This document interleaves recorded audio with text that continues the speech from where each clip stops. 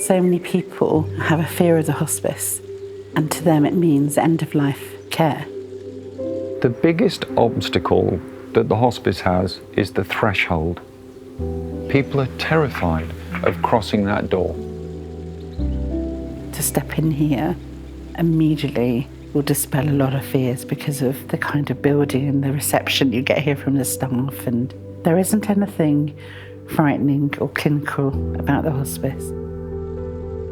Right from when you enter the doorway, you are meeting people who want to be here as a team. I think a lot of people, once they're here and have seen the building and have met the nursing team, it actually changes their whole belief of what we are here for. People think that you only go to the hospice to die, but you don't. You can come in from the hospital as a step down to home. You can come in for pain management or symptom control. You can come in for respite. And then there is the terminal side as well, end-of-life care. There is this perception when you come in the door that you must behave in a certain way, that you must be quiet and dignified and grateful. Whereas I'm always pleased when people settle and they laugh and they cry and they may shout and they may scream, because that's normal. And I think it's the normal aspect of our work that people will say afterwards, I never realised it was like that. I think when you're ill, no matter at what stage you're at, what you want is some normality, not to be everything to be focused around your particular illness. So to have normality is really important.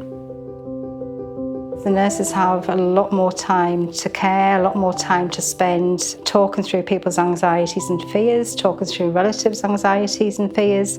And I think it's that time that we can give. It's beneficial to help people through their journey through their illness. It really is care, not just for the patient, but for the whole family. They're the ones who need nurturing too, because they've got to cope.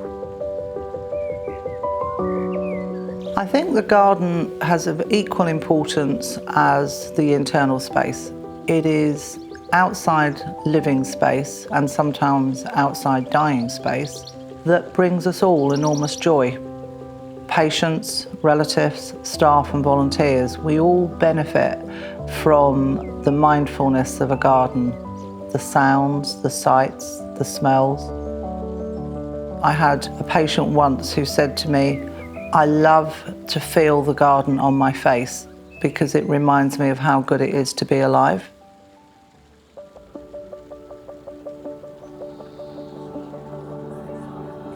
The day hospice, I mean, we can know any number of situations where without doubt it's extended life. One of the wonderful things with the day patients, they know that they've come here to live. When you're unwell and you're at home and people are caring for you, you're conscious all the time. You don't want to be a nuisance, and but you come to day hospice, you can just be you. I get a lot of pleasure and job satisfaction in making a difference to the patients. Pleasure to be here. We are absolutely having a lovely time here. I would miss it, and I'm sure the other people who are here feel the same. Couldn't be any better people doing the job. They're absolutely marvelous. I call it next to heaven.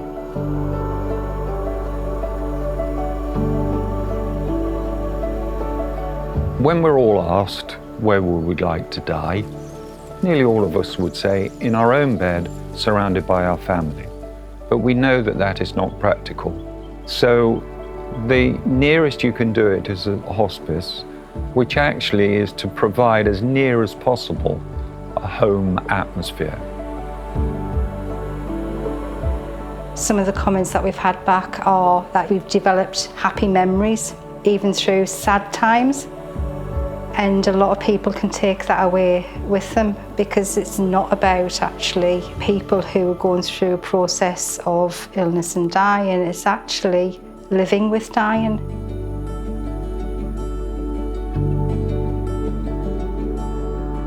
I think we have to continue to remind ourselves and the people that we look after that death is a normal process. We very much over-medicalised it. The one thing we're all certain of is that we will all die. It's about talking openly about how they would like that to be and what's important to them on that journey.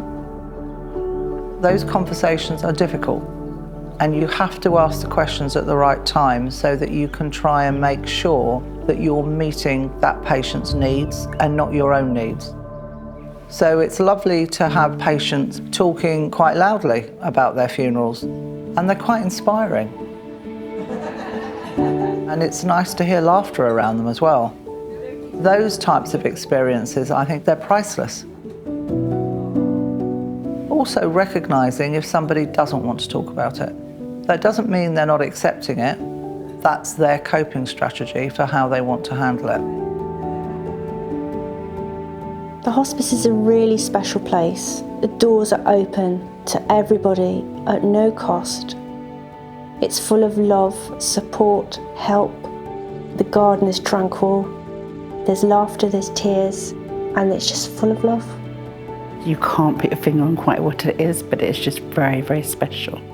There's nothing frightening about being here. It's a lovely place to be. I think Les Bourgs Hospice is embedded in the community. I always am really flattered when islanders talk about their hospice. It's the people of Guernsey that have created it. This is theirs, and long may it go. I think the people of Guernsey are just mind-blowing. As we have an ageing population, we will see more of a demand for hospice care. That might not necessarily be in the hospice, that may also be in the community. And I think we have a duty to the people of Guernsey to constantly look at what we do. And if we need to change, we've got to do that because it's their hospice. I just wish everybody had access to a hospice.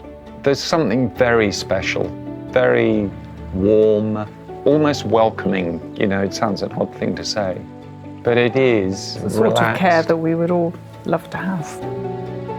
But it's more than that. It's the homeliness. I don't know. The love, if you want to say. It's not an institution. And the more people who know that it's not threatening is so important.